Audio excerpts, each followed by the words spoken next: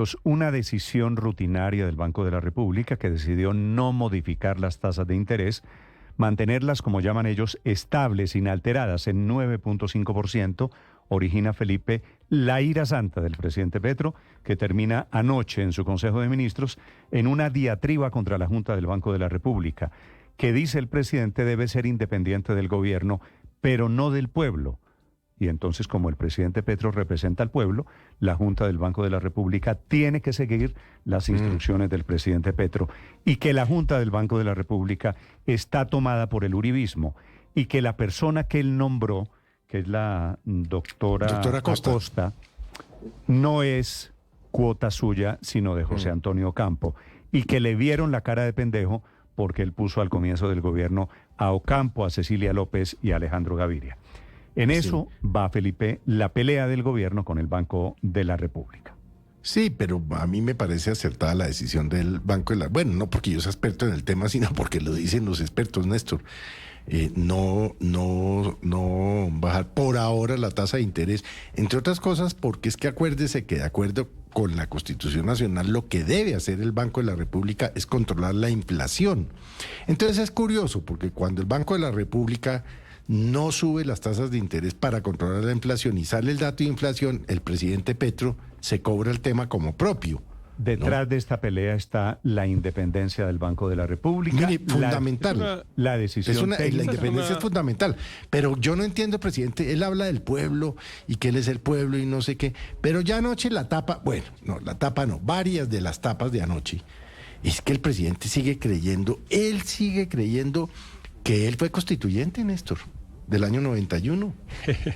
El presidente. Es que es una cosa increíble. Anoche mire... Yo le confieso, fueron 3 horas y pico, ¿no? Sí, terminó a las 11:30 de la noche. Hay cosas más importantes que hacer en la vida, pero no dio una noticia buena, Felipe, noticia en favor de nadie. No sé si sean buenas o no. No dio un rayito de esperanza. Todo fue una pelea. Pero no tomaron, Felipe, ninguna decisión. Buena parte de esas 3 horas y media del Consejo de Ministros se ocuparon del tema técnico de la discusión política alrededor de la Junta del Banco de la República y las tasas de interés. Esa discusión sobre la independencia de la Junta Directiva del Banco de la República está dada prácticamente desde el primer día de su creación, ¿no, Néstor? Hay un librito, un textico un libro que se llama La Junta Directiva del Banco de la República, grandes episodios en 30 años de historia, que es del sello del Banco de la República, escrito por una señora que se llama Gloria Valencia, a quien yo no conozco, pero el texto es un texto del Banco de la República, y ahí hay una colección de los enfrentamientos de los presidentes y de los congresistas con el Banco de la República por decisiones como la de ayer. El primer presidente que peleó con el Banco de la República fue pues Ernesto Samper, que fue al primero que le tocó una junta directiva verdaderamente autónoma, porque César Gaviria nombró a todos los miembros durante su periodo, pero después ya vinieron pues los miembros independientes, y desde ese momento está esa tensión que estaban marcando ustedes, por ejemplo, entre la finalidad principal de la inflación y otras variables macroeconómicas. Incluso se han presentado muchos proyectos de acto legislativo en el Congreso tratando de modificar la independencia del banco, que es uno de los grandes valores y uno de los grandes logros de la Constitución de 1991, haber independizado las decisiones de política macroeconómica de los afanes gubernamentales. Ha sido una decisión extraordinaria. Como el presidente Petro todo lo personaliza, lo de ayer fue contra la doctora Acosta, que él nombrada por él, pero dice que no votó, que no siguió sus instrucciones, que fue puesta por José Antonio Ocampo. Y fue una diatriba contra la doctora Taboada, que es hija de la exministra Alicia Arango. ¿Quién dice que el Banco de la República no representa también al pueblo? Porque es que las instituciones todas representan al pueblo. Sí, usted no se puede apropiar de esa representación. Usted no puede decir solo soy yo. No. Las instituciones todas representan en el orden. El silogismo del presidente Petro para estos efectos es: yo soy el pueblo manda, y en consecuencia el Banco de la República también el Banco de la República debe seguir mis instrucciones porque yo soy el pueblo. Sin duda el presidente es el pueblo, pero el presidente es el pueblo, pero también lo es usted, también son las otras instituciones. No, pero es que acuérdese, padre, remóntese a la frase de Luis XIV. L'État c'est moi, yo soy el Estado. El Estado soy yo, Felipe, y después... Y Petro está convencido que él es el pueblo, que él es el Estado, que él es constituyente, cosa que no es mentira, que él es Bolívar, que él es Cristo, que él es Aureliano. Bueno, entonces, Felipe, pues no, esa es una discusión que no vale la pena ni siquiera dar. Hoy la discusión, efectivamente, el presidente Petro se abroga el derecho, se abroga a ser el representante del pueblo en Colombia. La Junta del Banco de la República tomó la decisión, protesta el gobierno. Marcela Peña.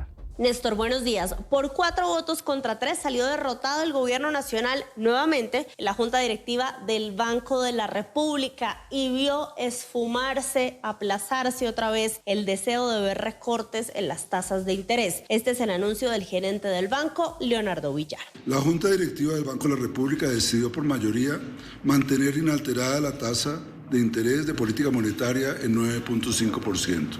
4 directores votaron a favor de esta decisión y 3 por una reducción de 50 puntos básicos. Por supuesto que en la rueda de prensa el ministro de Hacienda, Germán Ávila, dijo que no estaba contento con la decisión, pero el presidente Gustavo Petro fue el que estalló en ira contra la Junta, a la que llamó uribista y acusó de querer detener el crecimiento económico únicamente por razones políticas. Porque la mayor parte de la Junta Directiva del Banco de la República es uribista. Debimos ser la mayoría esta vez, pero la delegada que yo puse en el año de Ocampo, me la sugirió Ocampo. Y creo que no quiso hacernos. No que necesitaba hacernos caso, porque alguien, un pérfido dirá, es que la Junta Directiva del Banco de la República es independiente, pero del gobierno, no del pueblo. Desde su cuenta de X, sus dardos se concentraron en 2 frentes. El primer frente es la codirectora Viviana Taboada. A ella se refirió en su cuenta de X como la hija de la asesora de la posible campaña electoral presidencial de la extrema derecha. Recordemos que Taboada es hija de la ex ministra del gobierno de Álvaro Uribe, Alicia Arango. Pero al presidente se le olvida tal vez que él tuvo la oportunidad de reemplazar a la codirectora Taboada en los cambios de inicio de año y no lo hizo. Él decidió que ella siguiera ahí. En segundo lugar, los dardos del presidente fueron para la codirectora Olga Lucía Costa y su exministro de Hacienda, José Antonio Campo, que la recomendó. A ellos les dedicó esto que le voy a leer textualmente. El ministro Campo debería decirnos por qué recomendó a la persona que yo mismo propuse por su consejo a la junta directiva, que se alinea más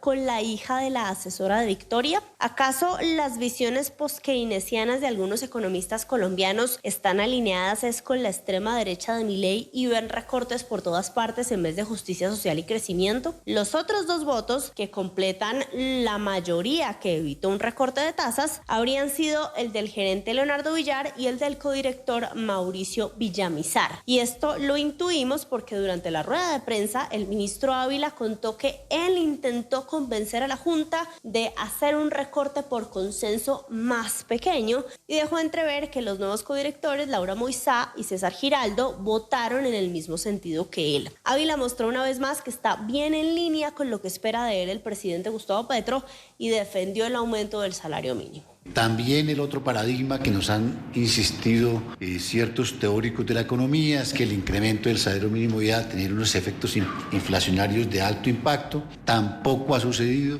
Y lo que sí se ha observado es que ese incremento sostenido del salario mínimo ha venido reduciendo sensiblemente los indicadores de pobreza en el país. Es exactamente todo lo contrario. ¿Y por qué le menciono esto del salario mínimo? Porque el equipo técnico del Banco de la República dijo en su último informe que el aumento del salario, bien por encima de la inflación del año pasado, es una de las razones por las cuales 2025 va a ser el 5º año consecutivo en que no se cumpla la meta de inflación. Es más, ni siquiera vamos a estar en el rango de tolerancia del 2 al 4%. De hecho, el gerente del banco, Leonardo Villar, también advirtió que en los últimos 3 meses se estancó la reducción de la inflación y que en el último mes tuvimos un pequeñísimo aumento. Sin embargo, Villar dejó la puerta ligeramente abierta a que las cosas sean más favorables para el gobierno nacional en el futuro y aseguró que todo el mundo está de acuerdo en que las tasas son altas y contractivas y que hay que esperar el momento de poderlas recortar.